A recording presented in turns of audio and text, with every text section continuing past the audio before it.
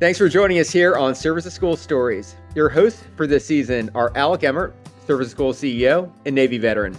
And Sydney Mathis, Chief Program Officer and former college admissions officer. This season will cover topics as it relates to higher education, military service transition, and career opportunities and outcomes for veterans. Join us as we share student stories, inside tips from the admissions office, and conversations with employers actively hiring student veterans. Here we go. Hi, everyone. Thanks for joining us here on the Service to School Stories podcast. On today's episode, I'm going to be spending some time talking with John Green. John is a recent Service to School applicant. He left the Navy back in 2022 and had a bit of a longer college application journey than some of the applicants that we work with, which is why we are very excited to have him on the episode today.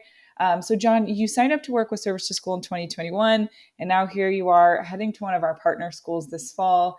Thank you so much for joining us here on our episode today to tell a little bit about your story here on the Service to School Stories podcast. Yeah, thanks for having me. I'm excited to be here. It's quite the journey to get here today. So I'll looking forward to talking about it. Absolutely. So John, I want to back up a bit. Let's start sharing with our listeners a little bit about your military experience. So I'm going to let you briefly introduce yourself, tell our listeners a little bit about why you joined the Navy, about your job, and kind of what your experience in the military was like. Why I joined the military. I was trying to sleep through English class senior year of high school, and 5 guys walked out of class. I asked where they were going. I found out they got to skip the first half of the day to go take some test. Is that the ASVAB? Turned out to be the ASVAB, and next thing you know, I'm in the Navy. So that's how I got there. But no, it was more of I was excited to I saw the look on my parents' face, and my grandpa did 37 years in the Army, and wanted to make my family proud. So I joined the military.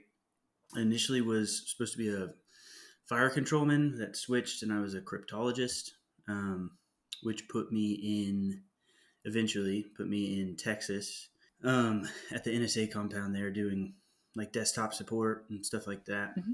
That wasn't really rewarding for me. So I put in an application to do a special program, screened for it, got accepted, went to Virginia Beach, where I worked at a research and development command doing technical stuff like communications, interception, and collection and stuff like that. Yeah. So how long were you in the Navy? 9.5 years. Okay. So you're kind of like almost halfway to that 10 mark where people are like, either you're going to stay in and do 20 or you're going to get out. At what point did you decide, okay, I'm going to make the transition and I'm going to kind of close this door?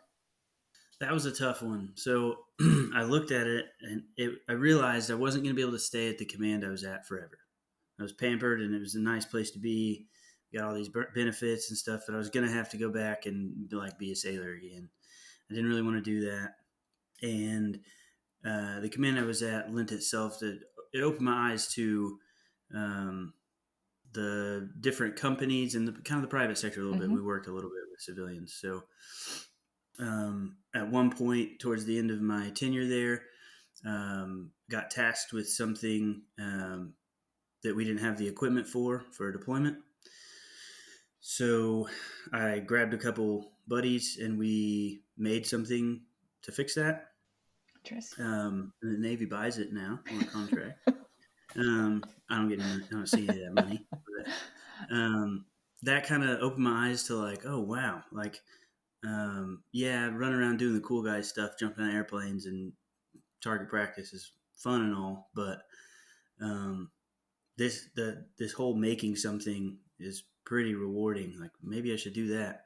It's kind of that thought lingered and grew, and finally I was like, you know what, let's legitimize this and go be an engineer.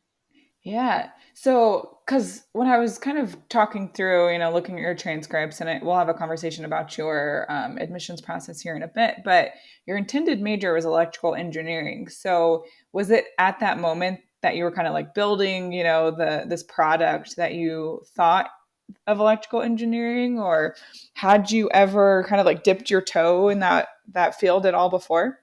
So the job I did worked with RF a lot, radio frequency propagation, and that sort of thing, which is an electrical engineering section.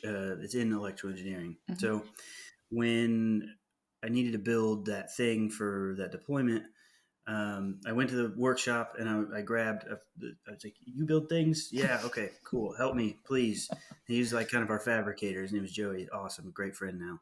Didn't know him at the time. And then, anytime we had technical stuff, I would go grab Prasanna, who is an electrical engineer in our research and development section. And he was always so helpful. He's such a good teacher. And like, I found myself, I would get the answer to my question, but really I just wanted to ask more questions. Mm-hmm. And I was like, well, this is really cool. Like maybe I can do what you did. And now that I'm here, I'm thinking maybe I'll do computer engineering. Okay. I'm not sure. That's the nice thing about Brown. You don't really have to pick till junior year, but yeah, that you get the opportunity to explore a bit. Okay, so you would kind of come to that point where like I can do some of this in the civilian sector, but did you ever have that crossroads where it's like, do I really need to go back to school for that? Or did you know that, okay, from talking to, the individual that you were working with, that it was going to require a college degree? I don't.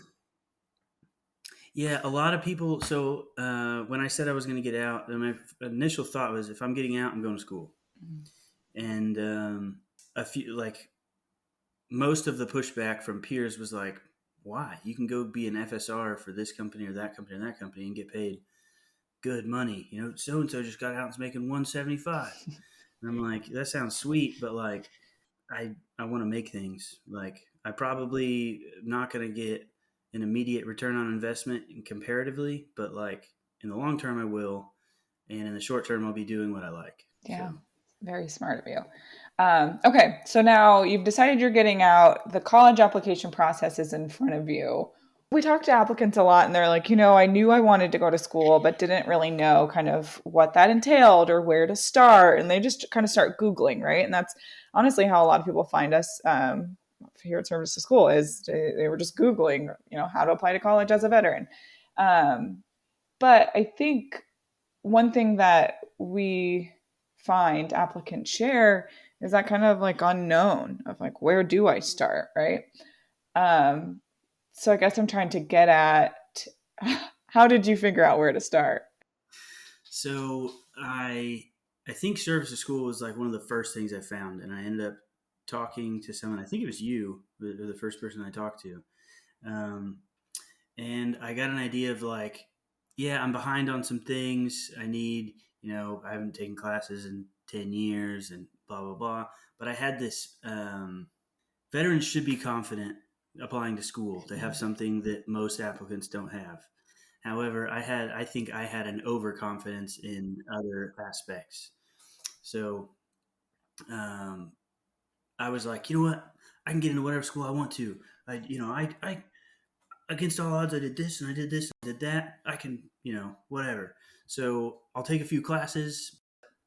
In the meantime, I'll go ahead and apply, and maybe I'll get accepted anyways. So I started building that, like my plan out, which was make a list of dream schools. And again, overconfidence. I was like, have no safety schools in here. Those off the table.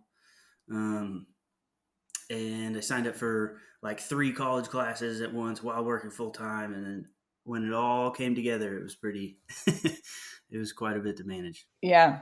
I mean, even just managing the admissions process alone is a lot to manage with all the essays but to then throw classes on there working full time. A lot of, applicants come to us and like, I didn't realize how much work the application cycle was going to be. Right. And I think it's kind of back to your point where like, I'll just, throw it out there and see what happens. I've used this analogy on the podcast before, but college admissions is not like playing the lotto, right? The giant Mega Millions that just got, one person won last night. But it's not like you're buying one lotto ticket to, the same lottery. You're buying 8 lotto tickets to different lotteries, right? When you're applying to, especially some of these more selective institutions. So it's like, to not give the thought and the attention and the detail to some of these tougher essays that you might be writing or the stories that you're sharing, It kind of feels like it's at the odds of like getting that winning Powerball number. What are your thoughts around kind of the first cycle and what maybe you would have done differently? Yeah, I think I took the mentality of it's like a job application. You see people apply for jobs, they build a resume, they put all as much of the stuff that they could think of that they did good that makes them look good on a resume. They send that resume to as many jobs as they can possibly find that they would like. But and of course you tweak your resume per job a little bit, but I don't think it's comparable to the college application thing because like the questions are different, right? Mm-hmm. Like every job asks for a resume. At U Chicago might have 7 essays you have to write for them, and this other school has 15, but they're all 50 words, Mm-hmm. right? You're restarting every school one, and they all have different personalities, and yeah, I think so. Dialing back, first time, first the application cycle, I took the idea, I had the mindset of like, okay, I want to be an engineer. So MIT and then Google, okay, number 2 engineering school, okay, cool, that one. Number 3, right? And I don't think that was the smart way to go about it. But I kind of just thought that I needed to throw all my accolades and my achievements and brag about myself and really show like I did these things. I'm good. And I got rejected from every school I applied to. So I it was remember a when you little. sent me that email. I have like it noted in your file with us, did not gain admission to any school he applied to. Let's re-engage. And that's never a fun email to send, right? But it's always kind of okay, so what are we going to do now? Right? You can't apply again and send the exact same application, right? You're most likely going to have the same decision. So, what are we going to do now to strengthen your application so you can provide additional information to the admissions committee? So, what did you do? This is gonna sound really corny, but I was like, you know what? The hell with it. I'm just gonna pour myself onto these pieces of paper or electronic paper, right? I was like, I'm just gonna be me. I'm gonna be like, this is John. I'm ridiculous. Sometimes I talk too much, and I'm a nerd. Here you go. I'm at Brown now, or I start in a couple weeks. But the essay that like a couple admissions people have mentioned to me, they're like that the one they remember was me nerding out about how much I like mushrooms, like mycology, and then I want to build a tank, an enclosure to make a self-sustained like growing environment for them. Has nothing to do with getting bad guys or military or anything. I was like, I'm a super nerd. And I found a math equation that would teach me how to make a cooler for this enclosure, and it's cool. And they loved it. Yes. Right. So be yourself, I guess, is as terrible of an answer as that is, I think it's the best answer. Absolutely. And that's so much of, I was talking to one of our applicants, he's at MIT, and he's like, everyone here is the Olympian of computer science, right? Like all of our partner schools, a lot of schools across the country could truly fill their entire incoming class with students that have a 4.0 GPA. They, transferred from a top, state school or community college. They have done all of these incredible, accomplishments, right? But at the end of the day, that's not what they want on their campuses. They want the John Greens that are unique, that they know are going to contribute to their community, right? And I think so many times applicants get lost and they're like, oh, well, I've done all the check mark things. I've done everything they're asking me to do. That's not who they want on their campus. They want those unique individuals that are going to like bring some spunk to the classroom conversations, that aren't going to be the like, I always chalk it up to being like a computer algorithm, right? Like they aren't truly going through applications and kind of looking for that perfect student. They're looking for the students like that essay you just explained. They gather that information about you all as an applicant through those essays, through that personality. And I think kind of taking that shift in the mindset of like not trying to be who you thought they were that first round, just being yourself that second round, obviously served you well because now you're going to Brown this fall. One thing I did notice too, so right, that first admission cycle, you said no safeties. These are the schools I'm shooting for. And you kind of just, threw spaghetti at the wall to see what stuck. But I have in my notes the second round, you had some safety schools on there. I did. I didn't actually end up applying because I got accepted to Brown fast enough. I didn't even have to. But yeah, I was 100% going to apply to some safety schools. And those safety schools, thinking back, would have been a better situation than some of the schools I applied to the first time around. And why do you think that? Man, what would be a good example? I'm not going to name anything because I don't want anyone to be offended that they were a safety school. But there's a school that I could have went to. I would have been near all sorts of family. They just stood up a engineering department. So in Navy speak, I'd have almost been a plank owner for their engineering program, right? But the class size would have been super duper small because, again, brand new engineering program. They're still ABET accredited and all that, so it's a good program. But I would have had a support system. I'd have had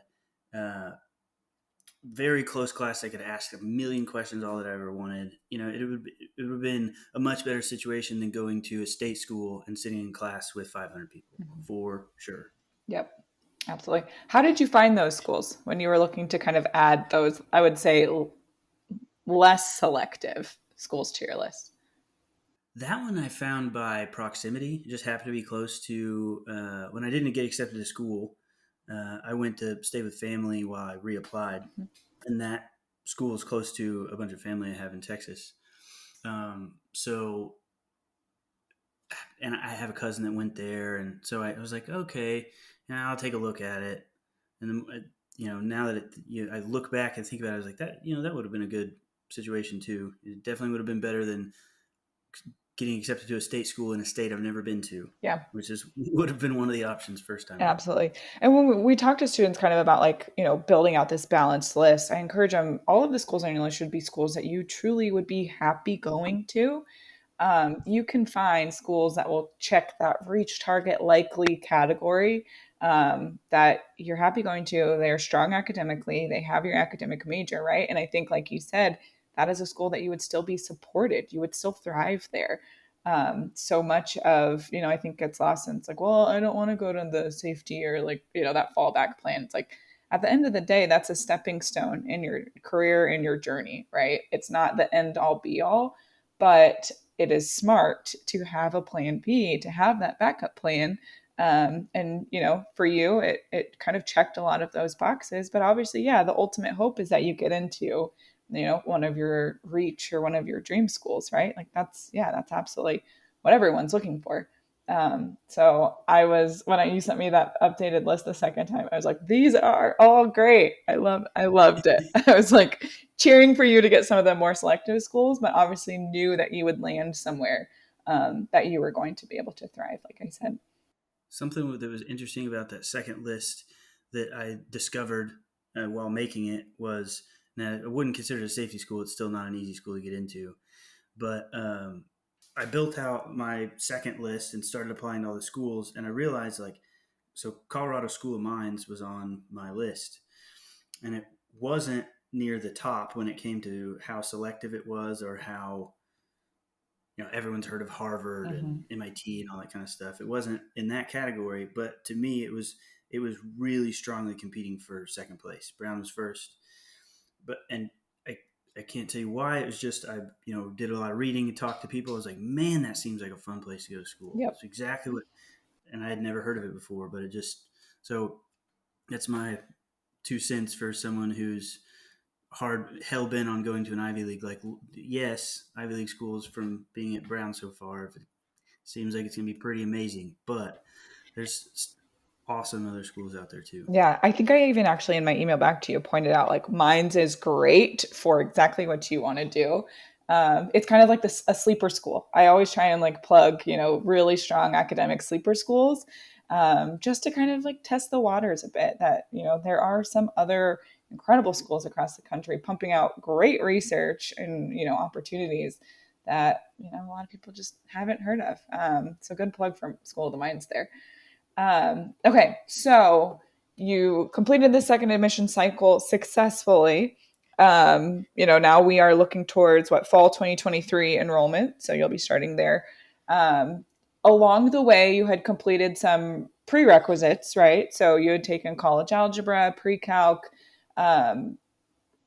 How much of that did you find, was your purpose to transfer those credits, or kind of what was your mindset around taking those specific classes? So I'm starting at Brown as a day one freshman. So I guess you could say that my classes aren't transferring, but I'm not I haven't even inquired about that. I'm cool with just starting from scratch. Mm-hmm. Like, shit, I'm going to soak up as much of this as I can, right? But, and I'm here because I like to learn, right? So, Yep. I'm not upset about taking an extra class. But I am finding that it does transfer still, even though it doesn't on paper, right? A lot of this is so my first semester, I'm going to take a chemistry class and a math class that both don't necessarily have prerequisites, but having taken chemistry 1 and played around with calculus a little bit, it's going to help a lot going into those classes. That, and I would say the confidence of knowing that I can get a 96 in a physics class makes that helped me realize man, I can do this college thing. It's not. I got bad grades in high school because I was a bad high schooler, not because I was dumb. Right, absolutely. And I mean, gosh, you're hitting on so many points that I feel like I talk through with applicants, right? Like they might not take that transfer credit one for one, right? You might not get chemistry 101 because you took it at a community college or you took it elsewhere. But at the end of the day, it's still worth your time, right? Like for you to be able to show to these admissions officers that you can do college level work and you can do it well and you can take rigorous classes, that gives them, some kind of hope that you're going to be able to do well on their campus, right? So if it's Yeah. not that true transfer credit piece, like you said, it still benefits you and it still gives you kind of that foundation now. So when you do start classes, you're not like, what is a mole? I've never even heard of, that word. So those classes are why I got into Brown. So last year when I applied, I got rejected from all the schools, but the last school to give me an answer waitlisted me, and it was Brown. And I was like, hold on, how did I get rejected from 3 state schools and get waitlisted at an Ivy League school? What's going on? So I reached out to the Office of Military Affiliated Students at Brown. They're like, yeah, I was like, could I do a tour, introduce myself to somebody? How do I get this across the finish line? They're like, if you want to come take a campus tour, there's 1 week of it. The last one is day after tomorrow. I was like, great, see you tomorrow. I got my truck and I drove up to Providence, right? Mm-hmm. Well, someone in admissions met me and we walked around campus and kind of talked. And while we were talking, he said, you noticed you were taking some community classes. I was like, yeah, they weren't able to finish in time for applications, but I did pretty well. He's like, well, how'd you do? I was like, well, I got an A in all 3 classes. And he stopped and he looked at me. He's like, you did? I was like, yeah. He's like, you should submit that as soon as you can. I was like, okay.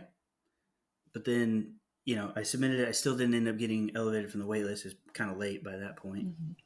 Next cycle, I submitted it and it's immediately accepted, right? I could see that that's what they were looking for. I got a 2.7 or 2.5 GPA in high school, and I got accepted to an Ivy League school because I was able to show them that was high school John, 30-year-old John gets A's, I promise. Yeah, right, exactly, and that's huge. Made a huge difference, right? So when we work with students, sometimes they're like, well, I've heard it's harder to apply to these schools as a transfer student. And it's like the process is nuanced, right? And that's kind of what Service to School is here to kind of shake out that murkiness of the college admissions process. So you worked on a VetLink addendum too, right? Can you talk to our listeners a little bit about that? Yeah, that was another situation of me needing to be myself and not throw my accolades at people, right? Mm-hmm. So the VetLink addendum is awesome. The college application process isn't built for jaded vets. It's built for high schoolers, right? Because that's 99% of the people who are applying to college. Um, so, same story. At first, I thought I needed to shove as much stuff into this essay at the end as possible. But the second time around, I deleted that essay and I put in just like about me, 700 words. Yep. And got much better feedback from it. Yeah. And you talked about, the admissions process isn't for adult learners, which you're absolutely correct there. Does that cause any anxiety for you going to a college campus where most of your classmates are going to be traditional high school age students? So I guess there's probably two answers to this. First answer would be the lots of anxiety came with being afraid that my application would cross their desk. They would open it, see 2.5 GPA and throw it in the trash and not read the rest of it. Not even get to the part that was 10 years ago and all that stuff, which a plug for Brown. They have a veteran specific application. Everybody, it's pretty great.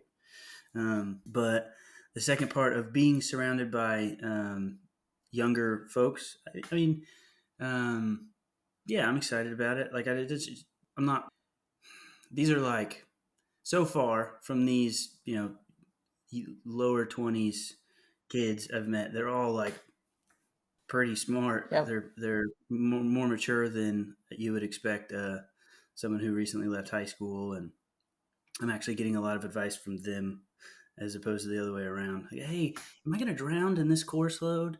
Oh, you'll be fine. That professor sucks, but you'll be good. I love it. Yeah, it's been chill. Yeah, good. So looking towards the future, aside from being around smart individuals, aside from your love for learning, and there's probably nowhere better to do it than a school like Brown, what are you most excited about? Oh man, aside from learning, that 1,000% would have been my answer.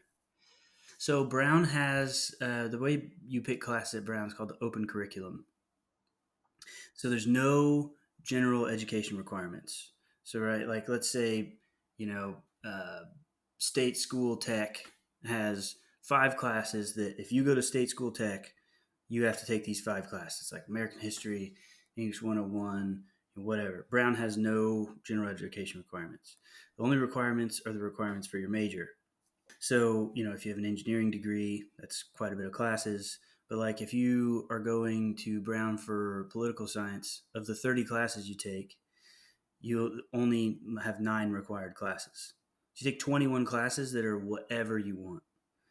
And I'm looking forward to, granted as an engineering major, it's the opposite. I have 21 required classes and 9 electives. But I'm looking forward to exploring, kind of figuring out, maybe I find a category outside of engineering that I've, didn't know I was interested in, and kind of, I guess, self-rediscovery of, I'm not in the military anymore. What are we doing now? Type of thing. For sure. And then as we wrap up, from someone who had a 2.7 high school GPA, was denied that first round, was successful the second round going to Brown. Looking back, what advice do you have for those individuals that can kind of resonate with your story? Okay. Biggest advice I have for someone that's in a similar situation I was in is be confident. Be confident that you have something that a lot of people don't have, and you've done a lot of things that a lot of people haven't. Don't be overconfident in the fact that, like I was, that I'm 28, 29 years old. What can an 18-year-old have on me? That's not true, because there's some ridiculously impressive 18-year-olds out there. They will shock you.